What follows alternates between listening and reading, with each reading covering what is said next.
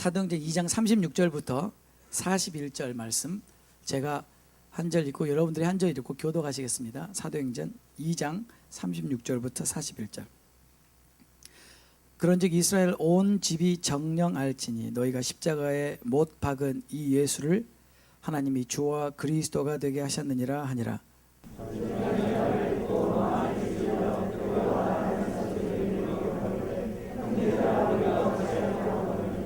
베드로가 가로되 너희가 회개하여 각각 예수 그리스도의 이름으로 세례를 받고 죄 사함을 얻으라. 그리하면 성령을 선물로 받으리니.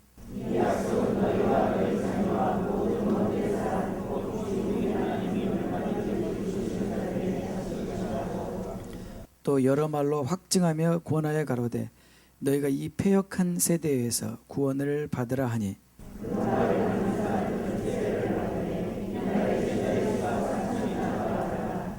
아멘.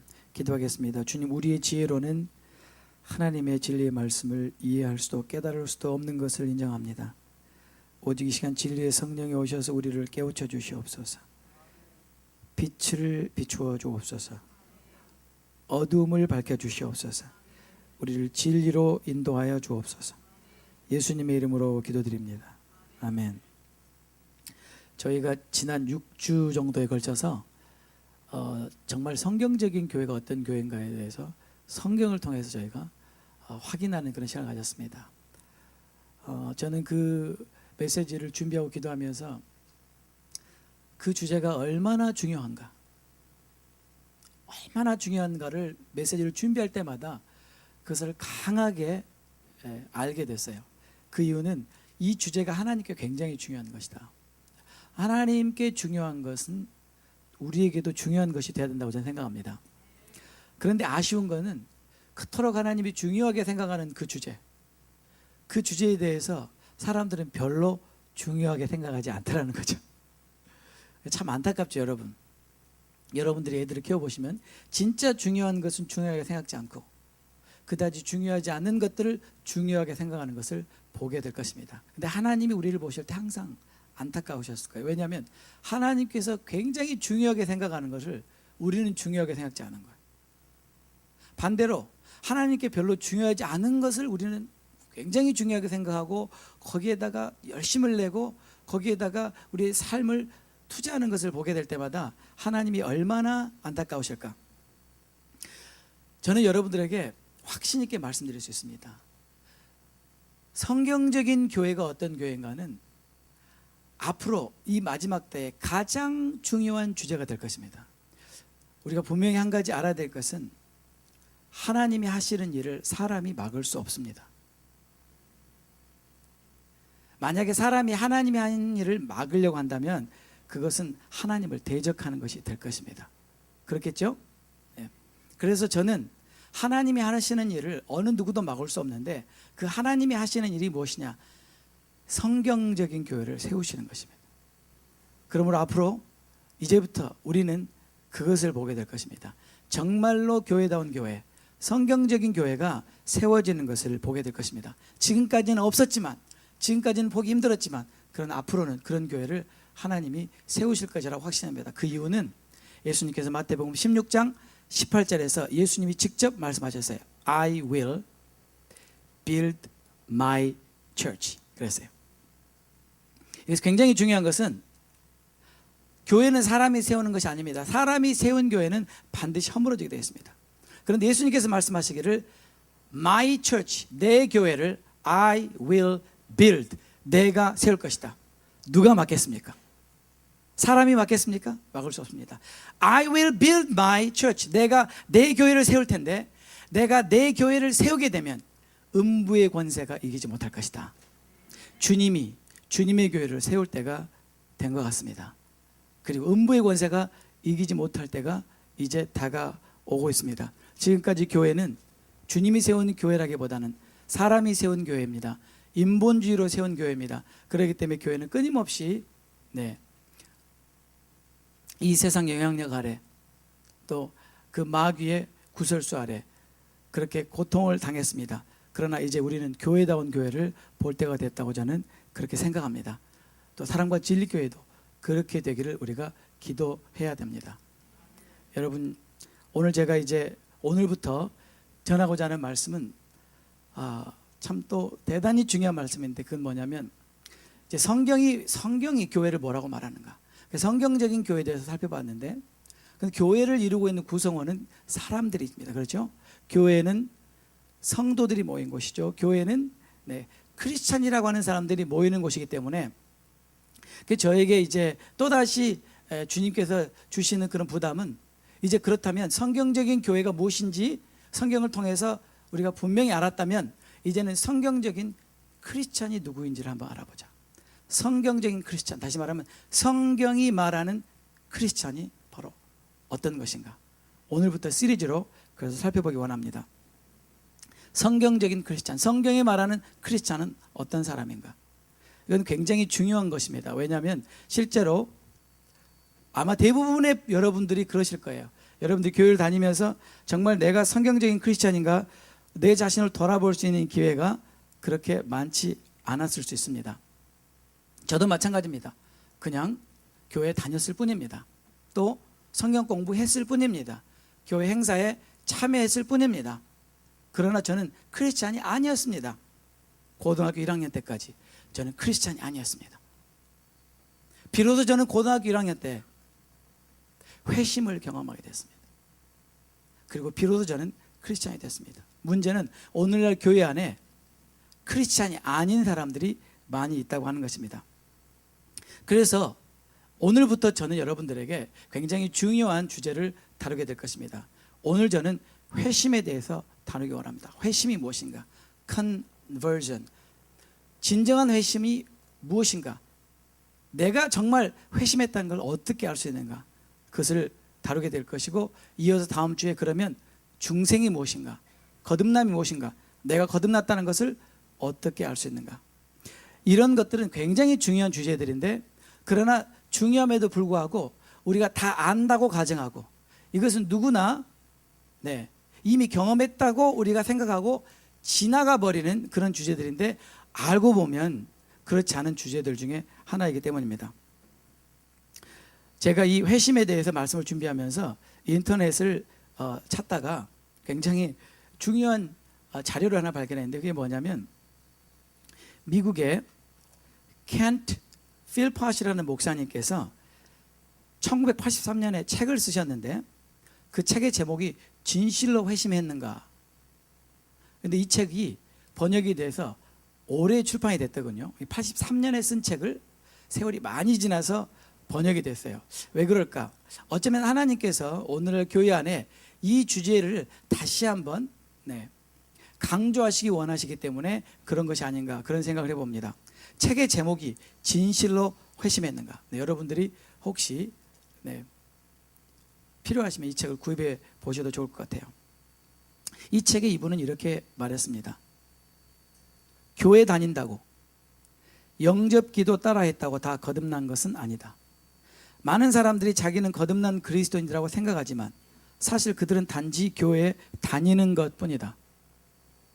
기독교적 원리들을 받아들이거나 교회의 일상적 활동들에 참여하는 것이 회심을 체험한 것은 아니다. 존이라는 사람은 자기가 여전히 예수님을 믿는다고 말했다. 그는 12살 때 교회 수련회에서 그리스도인이 되었다고 했다. 그는 세례를 받았고 일주일에 적어도 2번은 교회에 출석했다. 그의 행동을 보면 그는 모범적인 그리스도인처럼 보였다. 심지어 목회자의 길을 걸을까 하는 생각까지 한 적이 있었다. 하지만 언젠가부터 그는 기독교의 모든 것에 실증을 느끼고 그리스도인의 길을 중단했다. 그는 그동안 단지 기독교 교리와 행동의 표준에 따랐을 뿐이다. 그는 예수님을 위대한 영적 선생으로 존경했을 뿐이었다. 그는 회심하지 못했던 것이다. 호세라는 사람이 있었습니다. 호세는 교도소에서 복역하고 있었습니다. 그는 기독교 신앙을 가진 자기가 어찌하여 이 꼴이 되었는지 의아해했다. 나는 그와 대화를 나눈 후 그의 문제가 무엇인지 알게 되었다. 그는 예수님이 왜 십자가에서 돌아가셨는지 몰랐고 자기가 죄사함을 받았다는 확신이 없었다. 그는 기도하지도 않았고 성경을 읽지도 않았다. 그러면서도 자신은 성령 세례를 받았다고 주장했다. 그는 속고 있었던 것이다. 나는 30년 동안 목회를 해오면서 이와 같은 사람들을 많이 만났다. 이런 사람들은 대개 교회에서 성장하면서 세례를 받았거나 교회 수련회에 참석했거나 신앙을 공개적으로 고백했거나 제자 훈련반을 수강했다. 회심하지 못하고 단지 기독교화된 사람들, 영어로 Christianization, 기독교화된 사람들은 결국 그들의 영적 갈증을 해소하기 위해 기독교가 아닌 다른 것을 찾는 경향을 보이기도 한다. 하지만 대부분의 경우 사람들은 기독교화가 회심이라고 착각한다. 내가 이런 말을 하니까 혹자는 이렇게 말할지도 모르겠다. 목사님, 회심을 너무 어렵게 생각하시는군요. 목사님은 자기가 그리스도인이라고 말하는 사람에게 너무 많은 것을 요구하십니다. 다른 종교나 철학을 신봉하지 않고 하나님과 예수님과 성경을 믿으면서 때때로 교회에 출석하고 착하게 살면 충분한 것 아닙니까? 그러나 성경이 말하는 그리스도인이 어떤 사람인지 잘 보면 그것만으로는 충분하지 않다는 것이 쉽게 드러난다. 참된 기독교는 죄가 우리와 하나님 사이를 갈라놓았고 예수 그리스도께서 주인, Lord, 주인이요 구세주, Savior라는 확신에서 시작된다. 일단 하나님께서 우리 눈을 뜨게 하셔서 이런 확신을 갖게 해주시면 우리는 우리가 통제할 수 없는 방법으로 거듭나게 된다. 이렇게 거듭난 사람은 그리스도의 장성한 분량까지 성장하는 평생의 과정에 첫 걸음을 내디딘 것이다. 회심은 첫 걸음에 불과한 것입니다. 비록 완전하진 않지만 그의 거듭남을 입증하는 나름대로의 증거가 처음부터 있게 된다. 성경에 나오는 회심한 사람들, 즉 마태, 삭개오, 바울 같은 사람들에게서는 이런 증거가 나타났다. 회심에 대한 그리스도인들의 일반적인 통념은 예배 중에 설교단 앞으로 나오고 영접 기도를 드리고 세례를 받고 그리스도인처럼 행동하겠다고 결심하면 회심이 일어난다는 것이다. 그러나 이런 것들은 회심을 일으키기보다는 기독교화의 표시일 뿐이다. 성경은 이런 것들을 회심의 증거로 보는 견해를 지지하지 않는다. 기독교화는 강력한 망상이다. 이것에 사로잡힌 사람들은 자기가 천국을 향해 순항하고 있다고 착각한다. 이 잃어버린 의인들을 청교도 설교자 조나단 디킨슨의 말을 빌려 표현하자면 지옥 바로 옆에서 잠을 자고 있다. 혹시 당신은 단지 교회 다니면서 거듭났다고 착각하고 있는가? 어서 빨리 착각해서 깨어나라. 그렇지 않으면 장차 예수께서 내가 너를 도무지 알지 못하니 내게서 떠나가라 라는 말씀을 듣게 될 것이다. 네. 여러분 가운데 이 말을 들으면서 여러분 자신에게 해당되지 않는다고 마음속에서 고개를 흔드는 사람도 있을 것입니다. 그러나 지난주 금요일 날 금요 예배에 참석하신 분들은 우리 필립 노 집사님의 간증을 들으셨을 것입니다. 그분이 파리에 여행을 갔을 때에 데이빗 캐더린 그 연주 여행에 같이 가족이 함께 동참해서 파리 여행을 갔을 때 어느 박물관을 들어가게 되셨고 그 박물관 안에 있는 벽화를 보게 되셨습니다. 그 벽화는 최후의 심판이라는 벽화였습니다. 예수님 좌우에 제자들과 성자들이 있었고 천사들이 있었고 그리고 예수님 발밑에 미가엘의 천사장이 저울을 들고 사람들의 행위를 달아보고 있었습니다. 그리고 계시록에 말한 그대로 그 사람들의 행위가 하나님은 행위대로 심판하시기 때문에 행위가 미치지 못했을 때에 왼편으로 가라, away from me 그러면서 지옥에 떨어지는 것과 그리고 하나님께 인정받은 사람들 오른편에 서서 창세전부터 예비한 아버지의 나라를 상속하는 그 벽화를 보셨다고 합니다. 그리고 그 벽화를 보신 다음에 그날 밤에 우리 집사님은 환상을 보시게 됐습니다.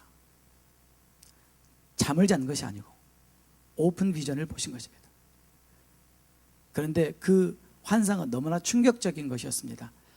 이 환상이 얼마나 충격적이었든지 집사님이 잠을 한숨도 잘 수가 없었고 아무 말도 할 수 없었다고 합니다. 그 여자 부인 집사님 말하기를 도대체 남편에게 무슨 일이 일어난지 알 수 없지만 남편이 말도 하지 않고 너무나 무거워 보였다. 그런데 이틀째 되는 날 똑같은 환상을 또 보게 됐습니다. 우리 집사님은 말할 수 없는 번민에 빠지게 됐습니다. 왜냐하면 그 환상의 내용이 너무 충격적인 것이기 때문입니다. 제가 이 말씀을 여러분들에게 전해드리는 이유는 이것이 여러분에게 마지막 기회가 될지도 모른다는 생각 때문에 전해드립니다. 그 환상 속에서 주님께서 집사님에게 LTC 성도들을 보여주셨습니다. 그런데 그 성도들 가운데 지옥으로 떨어지는 성도들을 직접 보여주셨습니다. 그 얼굴을 분명하게 보여주셨습니다. 그리고 그들이 왜 지옥에 가는지 이유를 알게 해주셨고,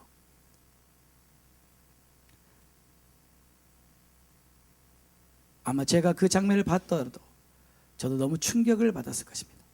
며칠 동안 아무 말을 하지 못하셨다고 합니다. 이 일을 어떻게 하면 좋을까?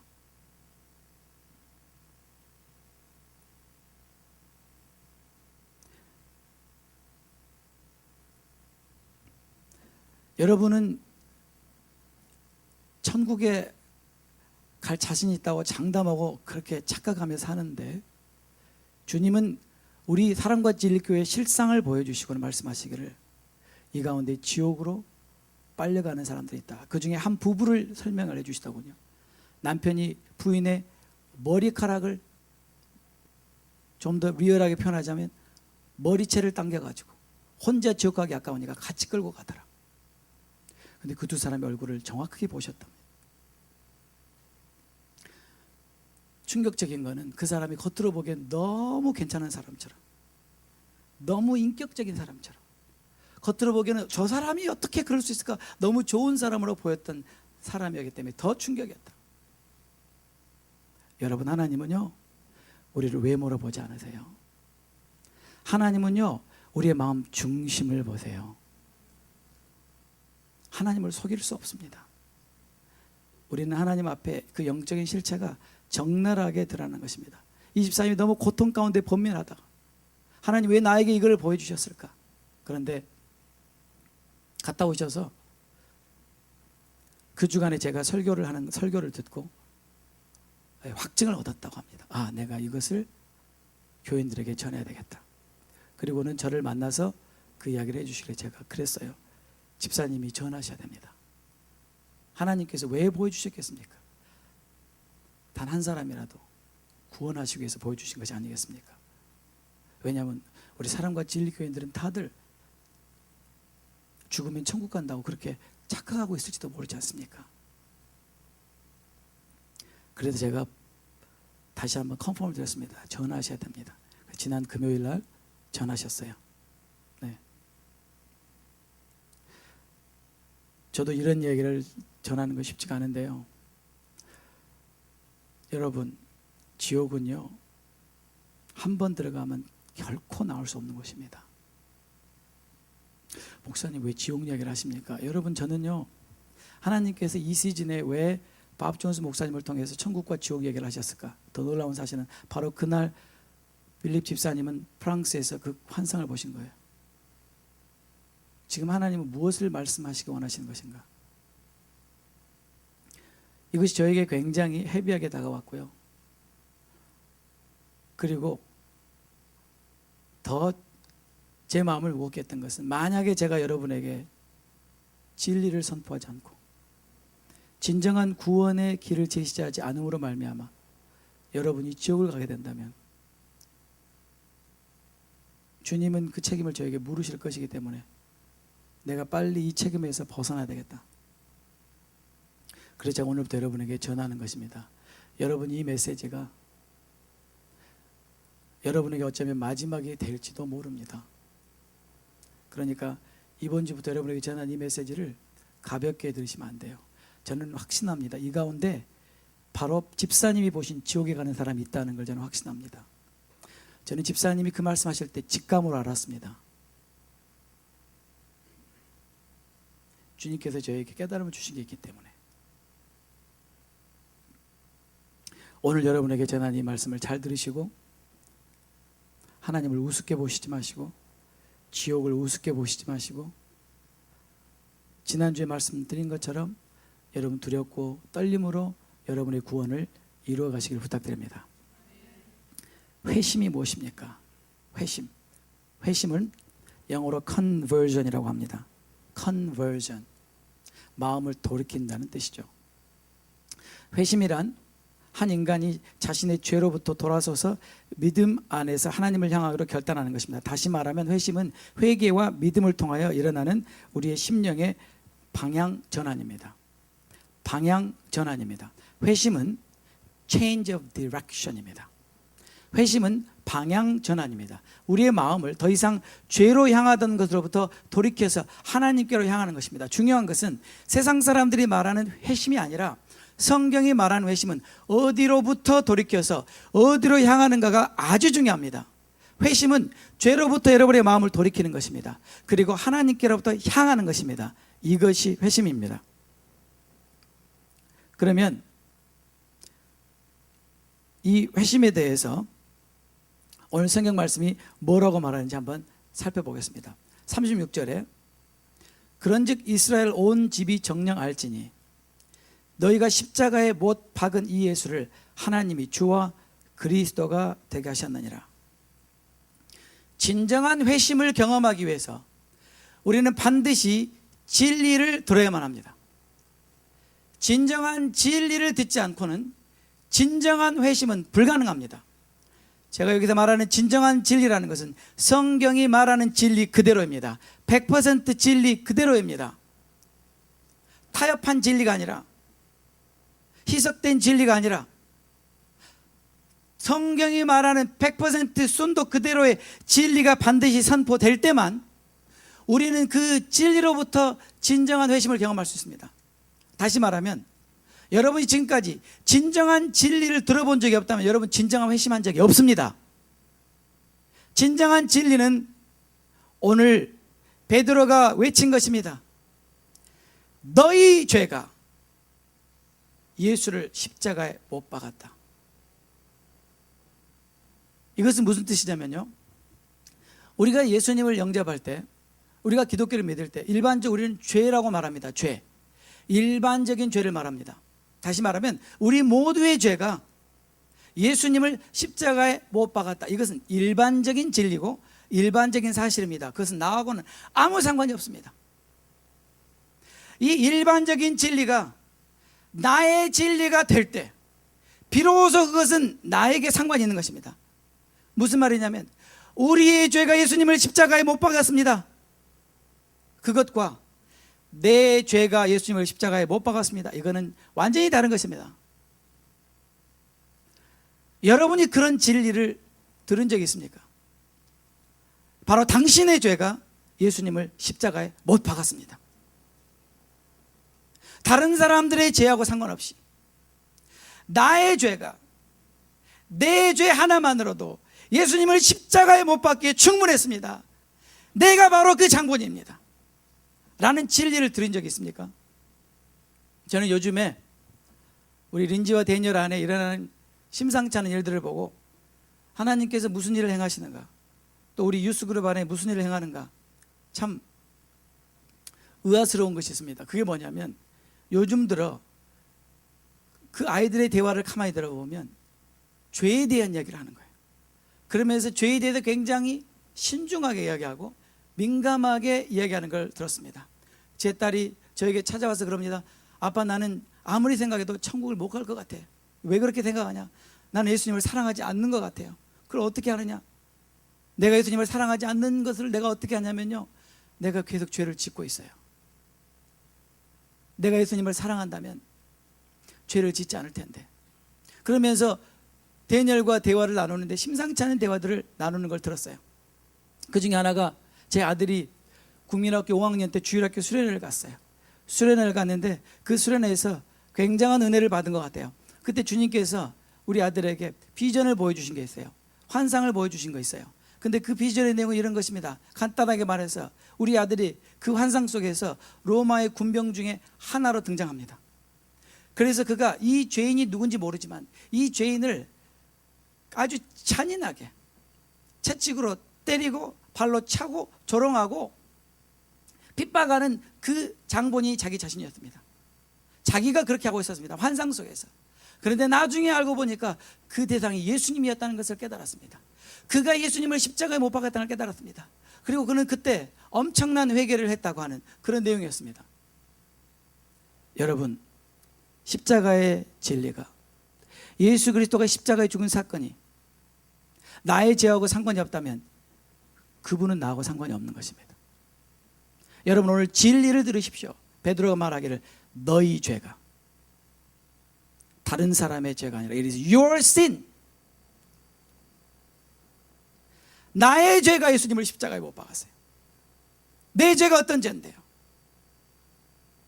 예수님을 알기 전에 지었던 수많은 죄들, 그리고 내가 예수님을 믿고 용서함을 받았다고 믿은 다음에, 예수를 믿은 다음에 얼마나 많은 죄를 지었습니까? 여러분, 교회 다닌 다음에 얼마나 많은 죄를 지었습니까? 여러분, 제가 충격적인 사실은 사람들이 지옥에 가는 이유가 다른 이유가 아니에요. 여러분이 생각할 때 어떻게 그런 죄로 지옥을 갈까 생각하는 죄 때문에 지옥에 갑니다. 여러분, 잘 들으시기 바랍니다.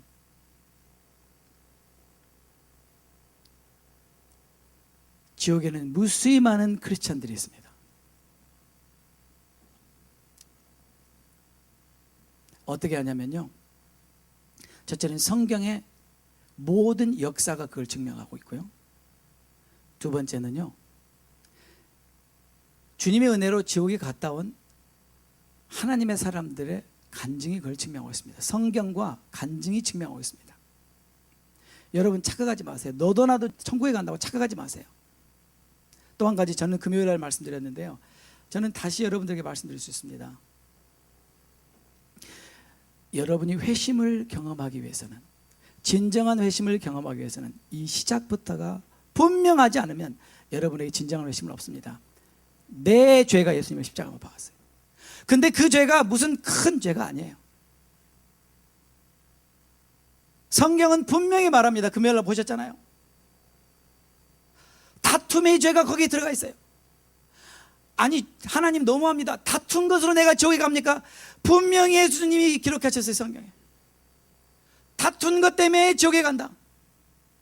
시기하고 분쟁한 것 때문에 지옥에 간다.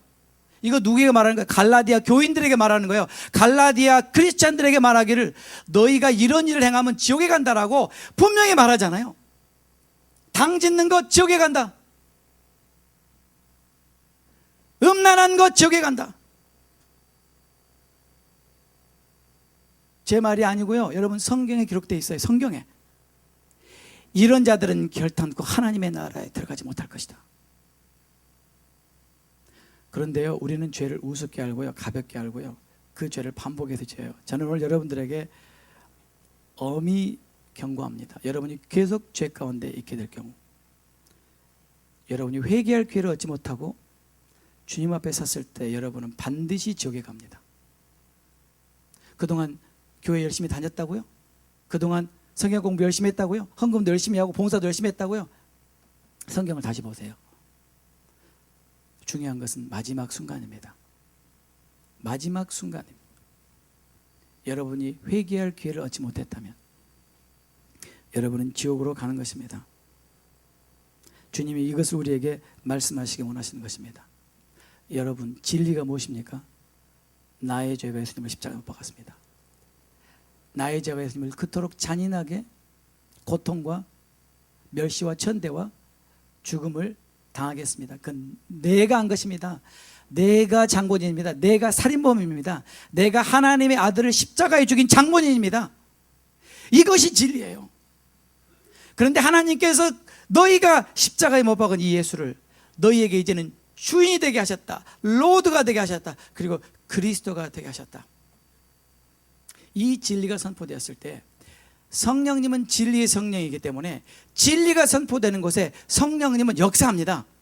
그래서 성령님이 하시는 일이 무엇입니까? 이미 제가 몇 주 전에 말씀드렸죠. 성령이 오시면 성령이 맨 먼저 하는 일이 뭐예요? 그가 오시면 죄에 대하여 너희를 책망하시리라. 죄에 대하여 너희를 컨빅트 하실 것이다. 진리가 선포될 때 성령이 일하시면 즉각적으로 오는 것은 찔림입니다. 죄에 대한 찔림입니다. 마음이 철렁 내려앉습니다. 이 일을 어찌하면 좋을까? 내가 예수님을 십자가에 못 박았구나. 이것이 너무나 자연스러운 반응이에요. 이것이 회심의 시작이에요. 여러분 안에 이런 경험이 없다면 여러분 회심하는 것이 아닙니다. 이들은 소리쳐 말합니다. What shall we do? What should we do? 우리가 무엇을 해야지? 그러면 바로 이 죄와 저주 가운데서 구원을 얻을 수 있는가? 부르짖게 돼 있어요. 부르짖게 돼 있어요. 여러분, 가끔 여러분 도움이 되는 게 뭐냐면요, 지옥에 갔다 온 사람들의 그 간증을 읽는 게 도움이 돼요. 가끔은. 자주는 아니더라도. 그런데 지옥에 갔다 온 사람들 얘기를 들어보면 크리스찬들이 왜 지옥에 갔는지 이유를 주님이 설명해 주신 걸 들어보면요, 가히 기가 막힐 정도입니다. 그들은 천국에 갈 것이라고 장담하고 주님 앞에 섰는데 주님은 나는 너를 알지 못한다. 그렇게 말씀하시는 것을 그때 들었을 때 그건 돌이킬 수 없는 것입니다. It's too late. 무슨 뜻입니까? 회심은요, 진정한 진리를 들었을 때에 그 진리에 대해서 우리는 반응하게 되는 것입니다. 성령은 그 진리로 말미암아 우리 마음에 찔림을 주시고 우리 마음은 털컹 주저앉으면서 내가 바로 그 장본인이구나, 내 죄가 예수님을 십자가에 못 박았구나를 그것을 분명히 알게 되면서 우리는 즉각적으로 부르짖게 됩니다. 어떻게 해야 됩니까? 내가 어떻게 해야 됩니까? 여러분 안에 이런 호소가 있었습니까? 여러분이 진짜로 내가 바로 그 장본인이요, 내가 예수님을 죽인 살인범이라는 그 엄청난 깨달음이 없이는 절대 여러분 마음속에 그런 것이 찾아오지 않아요. 절대로. 오히려 정당화합니다. 뭐 나만 죄인입니까, 주님? 뭐 저만 잘못했습니까? 이건 성령께서 역사하시는 게 아니에요. 여러분, 성령이 역사하시면 다른 사람의 죄가 생각나지 않아요. 다른 사람의 죄가 보이지도 않아요. 오직 내 죄 때문에 내가 죽을 지경이에요. 괴로워서 죽을 지경이에요. 그 죄가 나를 얼마나 누른 줄 아십니까? 땅에 꺼지는 것 같습니다. 여러분 안에 이런 죄에 대한 진지한 깨달음과 찔림이 없다면 여러분은 진정한 회심한 적이 없습니다. 계속 말씀을 보십시오. 30절에 저희가 이 말을 듣고 마음에 찔려 베드로와 다른 사도들에게 물어 가로되 형제들아 우리가 어찌할꼬? 형제들아 우리가 어찌할꼬? 여러분, 우리 안에 이러한 간절한 부르짖음이 있어야 됩니다. 여러분이 하나님 앞에 서면요, 이 어찌할꼬가 절로 나와요.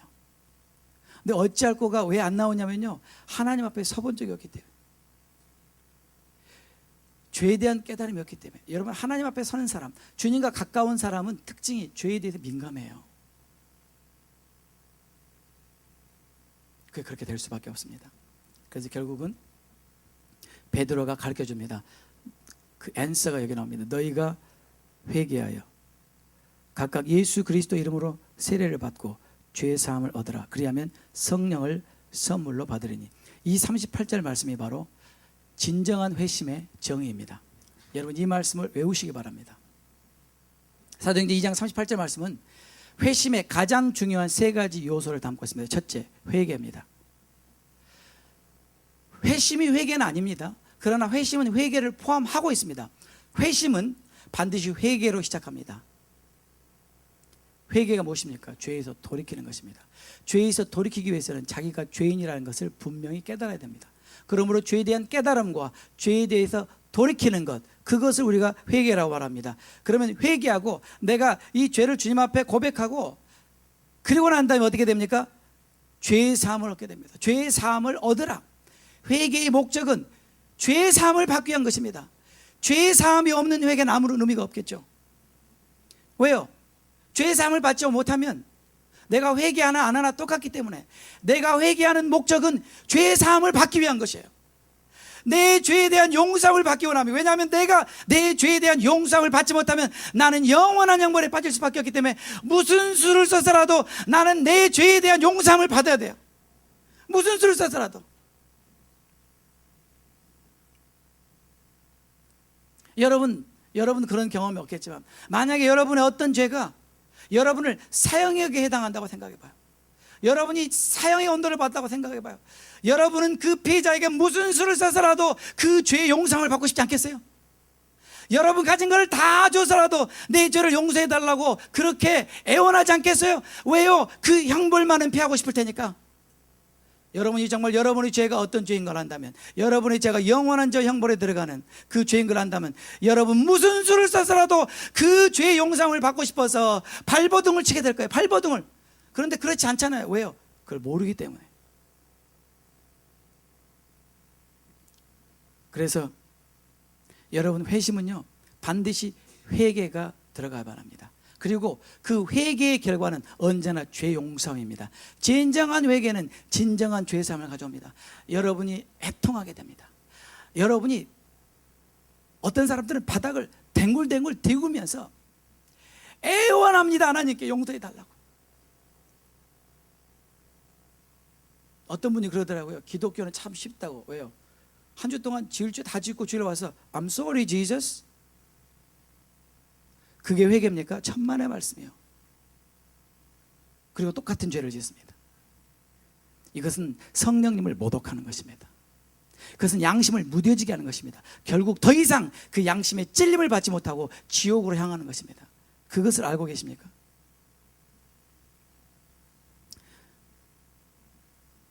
그런 다음에 죄사함을 받은 것을 어떻게 선포합니까? 세례를 받음으로. 그렇죠? 세례는요, 여기서 말하는 세례는 물세례를 말합니다.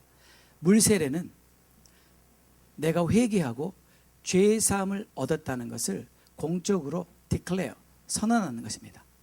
하나님 앞에서, 사람들 앞에서, 그리고 천사들 앞에서, 마귀와 그의 추종자인 귀신들 앞에서 내가 내 모든 죄를 회개했고 내가 그 죄에 대한 용서를 받았고 그리고 내가 하나님의 자녀가 됐다고 하는 것을 이 모든 피조물들 앞에서 declare, 공적으로 선언하는 것이라고 말씀드렸죠. 그죠? 알파에 오신 분들은 알죠? 자, 그렇게 하고 나면 그 다음에 하나님이 어떻게 하시냐면요, 너의 회개와 너의 죄사함이 옳은 것이다, 내가 받을 만한 것이다 라고 인정함으로 성령을 선물로 주십니다. 저는 여러분에게 회개의 세 가지 요소를 말씀드렸습니다. 이 세 가지 요소가 여러분의 삶에 없다면 여러분이 진정으로 회심하는 것이 아닙니다. 첫째, 진정한 회개가 있었는가? 둘째, 진정으로 죄사함을 받았는가? 셋째, 여러분들이 그 결과로서 성령을 선물로 받았는가? 이것이 회심의 3요소입니다. 여러분 이 말씀을 명심하시기 바랍니다. 이것이 바로 내적인 변화입니다. 회심이 내 안에서 일어나는 것입니다. 내적인 변화입니다. 그런데 신기하게 이 회심은 내적인 변화이지만 그러나 이 변화는 결코 내적인 변화로 끝나지 않고 이것은 외적인 열매로 나타나기 시작합니다. 외적인 열매로 드러나기 시작합니다. 그러므로 회심은 안에서 시작되지만 밖으로 계속해서 그 증거를 나타내는 것이 진정한 회심입니다. 그것을 어떻게 알 수 있습니까? 40절에 또 여러 말로 확증하며 권하여 가로되 너희가 이 패역한 세대에서 구원을 받으라. 너희가 이 패역한 세대에서 구원을 받으라. 여러분 회심은 죄에서 돌아서서 하나님을 향하여 방향 전환하는 것입니다. 그렇죠? 그 다음에 그 방향을 향하여 이제 내가 첫 걸음을 내딛는 것입니다. 이것은 시작입니다. 회심은 여러분들이 주님과 동행하는 그 여정의 시작에 불과합니다. 시작. It's just the beginning, the first step. 그러면 내가 내딛었으면 거기에 멈춰 있는 것이 아니라 계속 그곳을 향해서 걸어가는 것이 회심의 연속입니다. 그것을 뭐라고 말했냐면 너희가 이 패역한 세대에서 계속해서 구원을 받으라. Be saved and keep being saved from this wicked, corrupt generation. 너희가 이 세상, 이 세대에서 계속해서 너희 자신을 정결케 하고 깨끗게 함으로 계속해서 구원을 받아서 그 방향을 향하여 하나님께로 계속 나아가라. 이것이 회심한 자가 지속적으로 수행하게 되는 삶의 방향이라는 것입니다.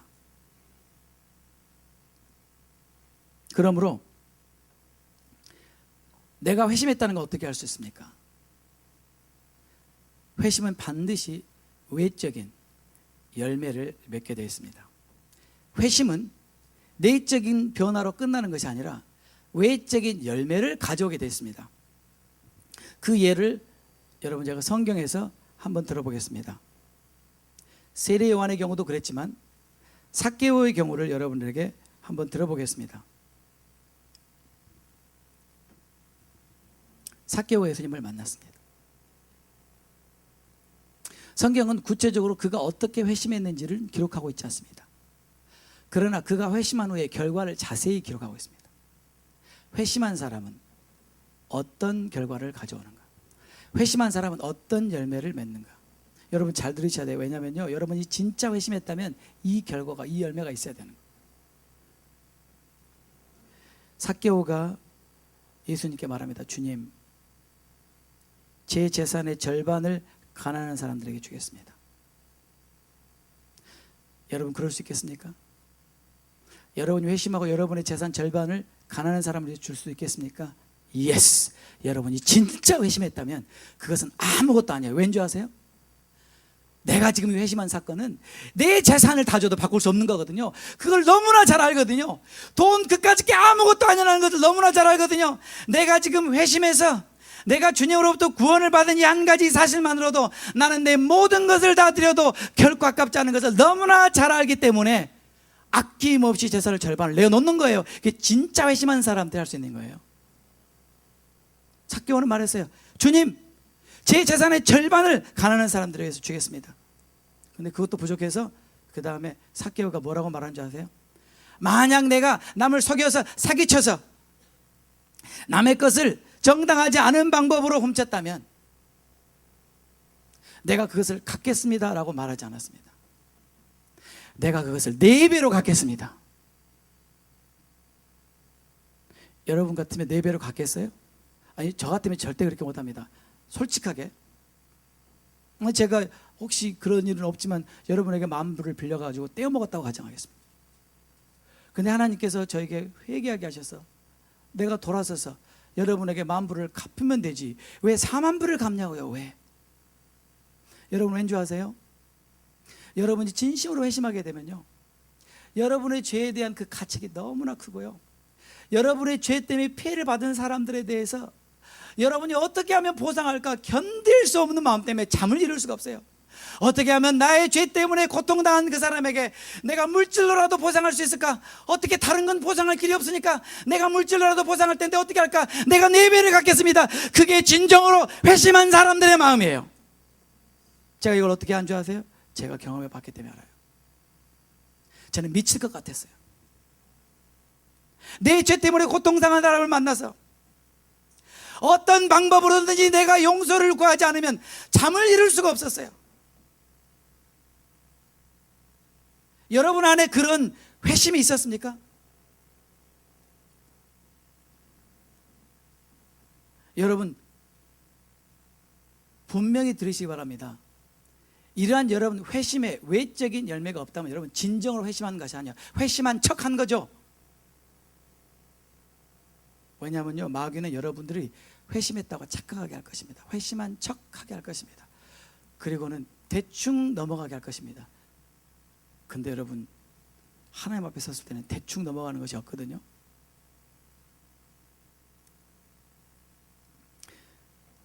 회심은 또한 하나님이 주도하시고 사람이 반응하는, 하나님과 사람이 함께 일하는 놀라운 신비적인 역사입니다.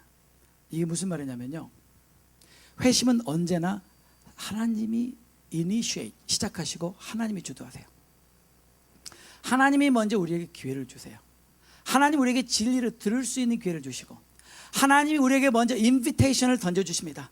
그리고 우리로 하여금 회심할 수 있는 기회를 주십니다. 그러나 거기에 대한 반응은 내가 결정하는 것입니다. 내가 그것을 무시할 수 있습니다. 여러분 얼마나 많은 그리스도인들이 성령의 찔림을 무시하는 줄 아세요? 그러나 하나님께서 우리에게 기회를 주셨을 때 그 찔림을 받아들이고 내가 어찌할꼬, 주님 내가 어떻게 하면은 내가 이 죄로부터 자유함을 얻고 죄의 삶을 얻을 수 있겠습니까? 라고 여러분이 하나님 앞에 반응하고 그 죄를 버리고 회개하고 돌이킬 때에, 여러분의 반응이 있을 때에 비로소 여러분 안에 회심이 일어나는 것입니다. 그리고 여러분 안에 그런 회심이 일어나고 여러분이 그 내적인 변화에 대해서 하나님께 반응할 때, 삶으로 반응할 때, 열매로 반응할 때 하나님이 그걸 기쁘시다고 인정하고 도장을 찍어주는 것이 성령을 선물로 주시는 거예요. 이것이 여러분의 삶 가운데 없다면 여러분 진정한 회심을 한 적이 없습니다. 삭개오의 이런 반응에 대해서 예수님께서 놀라운 말씀을 하십니다. 오늘 너의 집에 구원이 임했다. 이걸 오해하시면 안 돼요. 삭개오가 자기 재산을 절반을 가난한 사람들에게 주고 그리고 4배나 갚겠다고 해서 구원이 일어났다는 것이 아니라, 삭개오야, 내가 보니까 너는 이제 너의 안에 진정한 회심이 일어나는 것을 너의 삶의 열매로 보여주고 있구나. 그것을 내가 인정한다, 그 말이에요. 다시 말하면요, 여러분의 삶에 이런 회심의 열매가 없다면 여러분은 진정한 회심한 것이 아닙니다.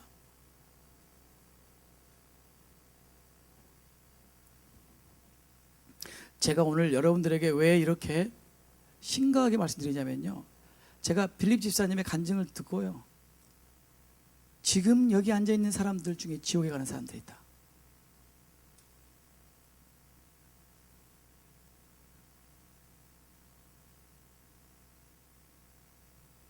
물론 그것이 가능한 일이지만 그 이야기를 막상 들었을 때는 여러분 결코 쉽지 않은 것이었습니다.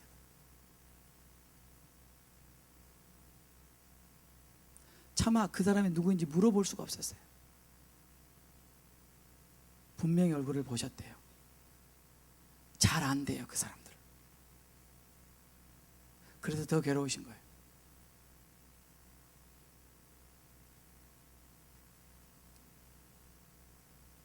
하나님께서 왜 빌립 집사님을 사용하셔서 이것을 우리에게 전하실까?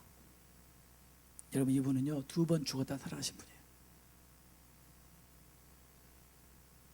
인생에서 무엇이 중요한지 아시는 분이에요. 이제 마지막 남은 인생을 오직 어떻게든지 하나님의 부르심에 합당하게 구원을 이루어가기 위해서 몸부림치는 분인 걸 제가 알기 때문에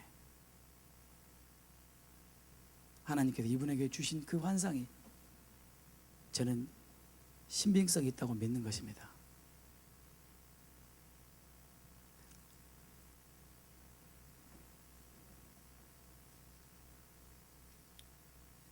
오늘 저는 여러분들에게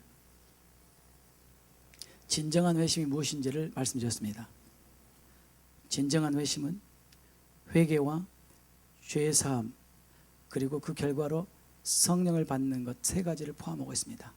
회심은 내적인 변화입니다. 그러나 그것은 반드시 외적인 열매로 나타납니다. 이것이 없다면 여러분은 회심한 것이 아닙니다. 또 한 가지 여러분이 궁금한 게 있을 수 있습니다. 그러면은 정말로 진정한 회심을 경험을 하긴 했는데 그 다음에 죄를 지면 어떡합니까? 왜냐면요, 우리가 진정한 회심을 했다고 해서 죄를 짓지 않는다는 것은 아니기 때문입니다. 우리가 계속해서 이 패역한 세대로부터 구원을 받아가는 도중에 우리가 또 죄를 짓게 된다면 하나님은 거기에 대한 반드시 찔림을 주실 것입니다. 그 찔림이 있다는 것이 아직도 하나님이 여러분을 사랑하신다는 증거입니다. 그러나 그 찔림이 없어지는 날 여러분은 아십시오. 여러분은 더 이상 하나님께서 케어하는 대상이 아닙니다. 어떻게 아냐고요? 여러분이 성경에 보면 분명히 나와 있어요. 사망에 이르는 죄가 있다. 그 죄는 화인 맞은 양심과 같아서 성령의 찔림을 더 이상 받기를 거부하고 그 찔림을 무시하기 때문에 더 이상 성령께서 역사하지 않는 경우요, 그 상태에서는 결코 회개할 수가 없다. 성경에 It is impossible to repent. 그런 사람은 회개가 불가능하다. 그러므로 지옥을 가게 되니까 예수님께서 그런 사람을 위해서는 기도하지 말라 라고 말씀하신 것이 여러분이 잘 아는 히브리서의 말씀에 나옵니다. 저는 여러분들에게 이 말씀을 드리고 싶습니다. 이 켄트 필팟 목사님이 이렇게 말씀하셨어요. 선한 사람들, 교회 안에 선한 사람들이 있습니다. 교회 일에 열심인 사람들, 사랑이 많은 사람들 등이 스스로 그리스도인이라고 말했지만 결국에 그렇지 않은 것으로 판명되는 경우를 많이 본다. 이런 사람 중 일부는 십자가를 분명히 전하는 설교가 계속 반복되면 교회를 떠날 것이다. 이제 당신이 진실로 회심했는지 의심해보고 당신의 구원을 확증하라. 거짓 회심했다면 이제라도 당신의 죄의 유일한 해결책이신 예수께 나아가라. 우물쭈물할 시간이 없다. 더 늦기 전에 당신의 회심을 점검하라. 여러분, 우리 사랑과 지르기 모든 성도들이 이제 회심을 점검하실 때가 된 것 같습니다. 내가 정말로 회심했는가? 정말 내가 회심했고 그리고 계속해서 그 회심한 이후로 방향을 바꾸지 않고 잘 살고 있습니다. 하나님께 감사할 일입니다. 그런데 여러분 안에 진정한 회심이 없다면 이제부터 기도하십시오. 저에게 진정한 회심을 달라고, 진정한 회심을 경험하게 달라고. 여러분, 이것은 어쩌면 여러분에게 마지막 충고가 될지 모릅니다. 진정한 회심을 위해서 기도하십시오. 진정한 회심을 달라고 여러분이 부르짖으십시오. 그럴 때만 우리에게 소망이 있습니다. 다른 것 아니더군요. 결국 제가 지난 45년을 신앙생활하면서 깨달은 결론이 있는데요. 우리가 인생 신앙생활하면서 가장 중요한 것은 회개더군요. 회개. 아무리 별짓을 다 해도, 아무리 선한 일을 많이 하고, 아무리 사람들에게 칭찬을 듣고 인정을 받고, 아무리 교회를 많이 세우고, 아무리 봉사를 많이 해도 회개하지 않으면 지옥 가더군요. 그래서 세례요한도 그랬고 예수님도 그랬어요. 회개하라, 천국이 가까웠느니라. 여러분, 저는요 처음에는 이 중요성을 잘 몰랐어요. 그런데 제가 주님을 더 깊이 알게 되면 알게 될수록 이것만큼 중요한 것이 없다는 걸 깨닫게 됐어요. 빌립 집사님은 저에게 그렇게 말씀하시더군요. 이번 경험을 통해서 본인이 깨달은 것은 내가 날마다 회개해야 되겠다. 내가 날마다 회개해야 되겠다. 여러분, 왠지 아세요? 여러분이 경험해 보셨잖아요. 그날 회개하지 않으면요 그 다음날 양심이 무뎌져 버려요. 회개가 잘 안 돼요. 일주일이 지나고 한 달이 지나면요 이미 여러분의 기억에서 사라지고 회개할 기회를 놓쳐버리는 것입니다. 그래서 우리는 매일 회개해야 됩니다. 그것만이 우리가 살 길입니다.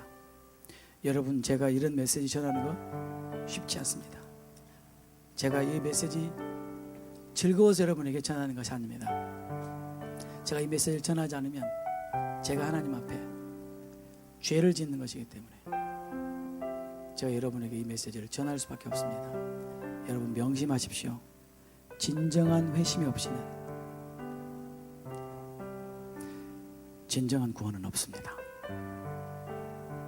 진정한 회심이 여러분 삶에 이루어지도록 우리 모두가 기도했으면 좋겠습니다. 시간 다 같이 기도하겠습니다.